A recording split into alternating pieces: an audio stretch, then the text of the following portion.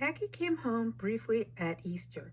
She was shocked by how much work I was doing, and also by the state the stables and house were in. Her house, not Susan's. I've told Mom we've got to shut up most of the rooms, she said. I've learned that Maggie was 12 years old, top of her form in her current school, though she'd moved to a different school for older girls next year. Trying to keep on as we've always have without enough staff is pointless, and Grimes must have help, or he'll drop over dead. It's not that you're not wonderful, she added, cutting off my protest, but it's ridiculous. You'll drop dead too. She's still paying a gardener. He can help Grimes, and we'll turn the park into crops. And we're supposed to be doing that anyhow. I nodded. Susan had hired a vicar's gang of boys to dig up most of what was left of our back garden and cut out the bushes in the front. We were planting a big victory garden, potatoes and turnips and carrots, Brussels sprouts and peas. Susan had already planted lettuce seeds on the dirt covering the roof of our shelter. Jamie was agitating for chickens since eggs were getting scarce. Most of the evacuees in town are gone, Maggie added. Mom said so. It makes her feel she hasn't done her job properly. Do you think you'll leave? I shook my head. Our mom thinks we're safe here. I've written to Maggie several times over the winter, but not once had I been able to tell her about Ma'am's disappearance. I didn't want Maggie to see me as rubbish, easy to throw away. Friday's my birthday party, I added. Will you come to tea? We're going to pretend I'm turning 11.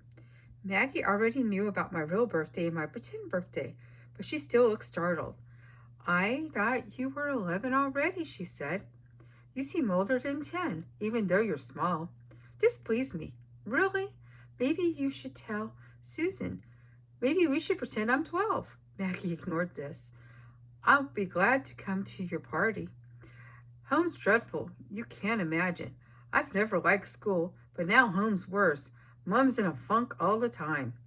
Every time I saw Lady Thornton, she seemed in constant motion, making lists, chiving volunteers, commanding the WVS.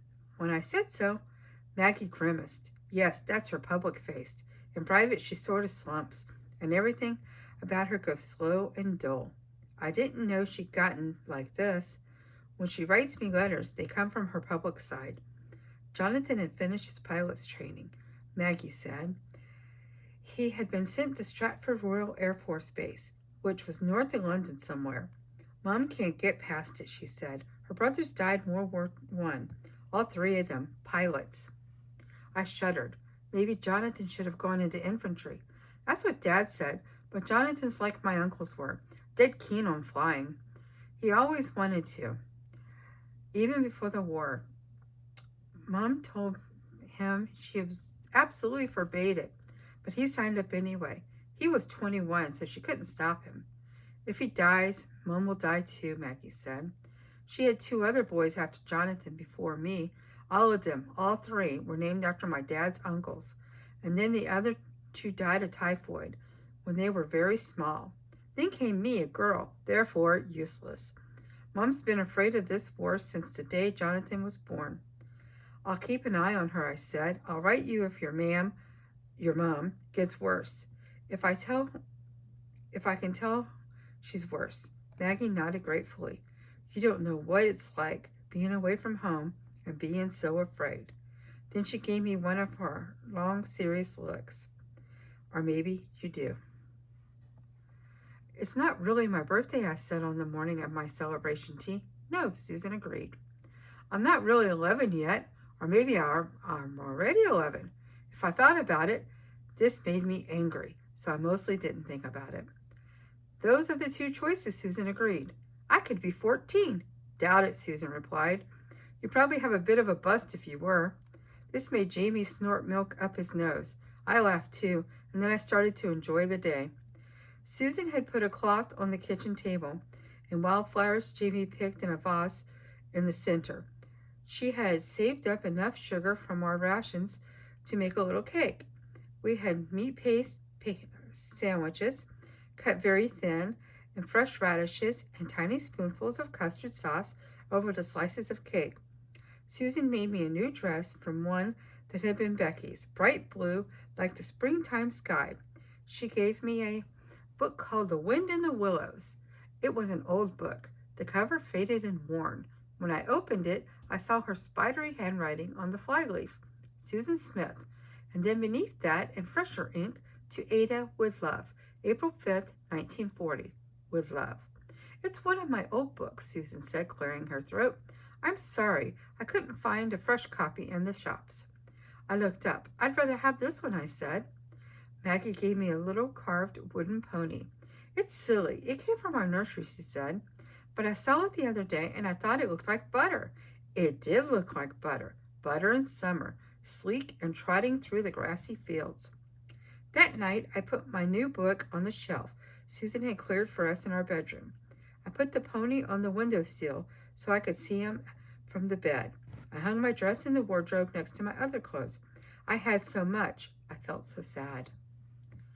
Early the next week, Hitler invaded Norway and Denmark. It felt like England had lost a battle, even though I never so much as heard of Norway or Denmark before. As spring continued, Germany took over Holland and Belgium as well. Winston Churchill became England's new prime minister. The war, which had begun to feel like memories of our flat in London, hazy and unreal, suddenly came into sharper focus. Susan had always listened to the news on the radio each evening, but now Jamie and I paid close attention too. There still weren't bombs in London or anywhere else, but the Germans were much nearer to England than they had been. Everyone thought we would be invaded next. The Air Force built pillboxes around our airfield to defend it. The government gave us 7 rules. 1. Do not waste food. 2. Do not talk to strangers. 3. Keep all information to yourself. 4. Always listen to government instructions and carry them out. 5. Report anything suspicious to the police. 6. Do not spread rumors. 7. Lock away anything that might help the enemy if we are invaded. Like what? Jamie asked. Guns? Yes, guns, Susan said. Lady Thornton, for example. Her husband has a whole room full of guns for hunting game birds.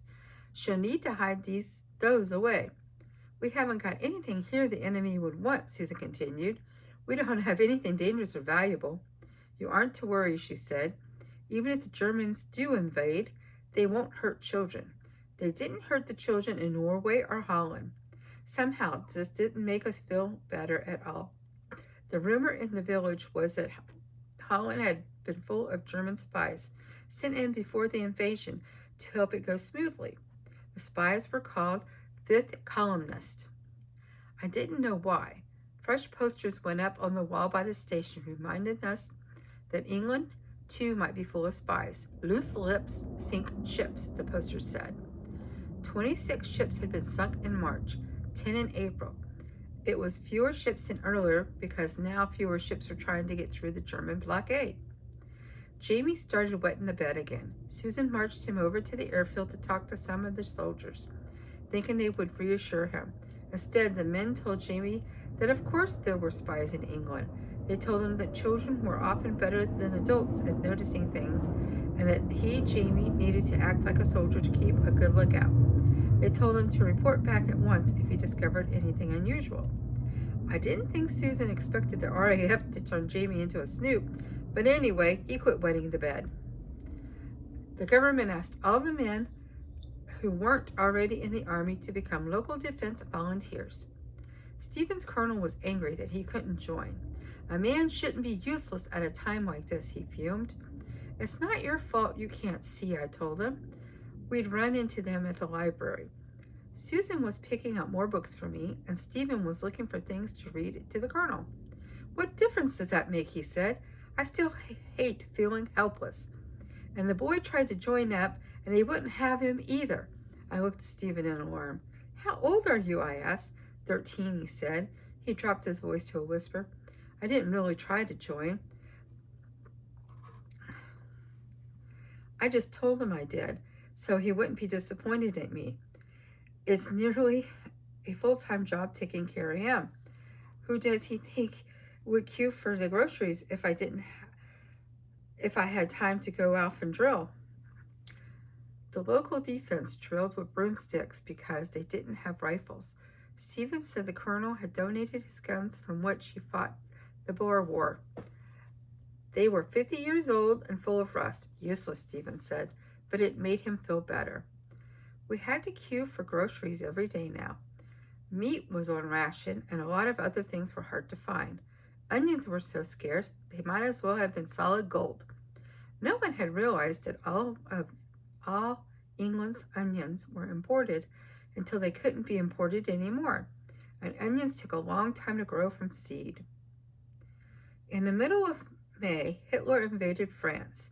The British Army had over 370,000 soldiers stationed there. They fought and the French fought, but the Germans pushed them back and back. Then came June and Dunkirk. Later, people called it a miracle, but in our village, it felt like disaster.